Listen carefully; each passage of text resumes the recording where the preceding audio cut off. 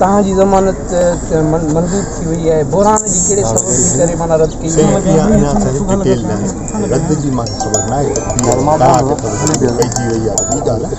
असांखे हुनजी ख़बर कान्हे हुननि खां जज सां पुछा थो आहे न आहे पुलिस जी गैर मामूली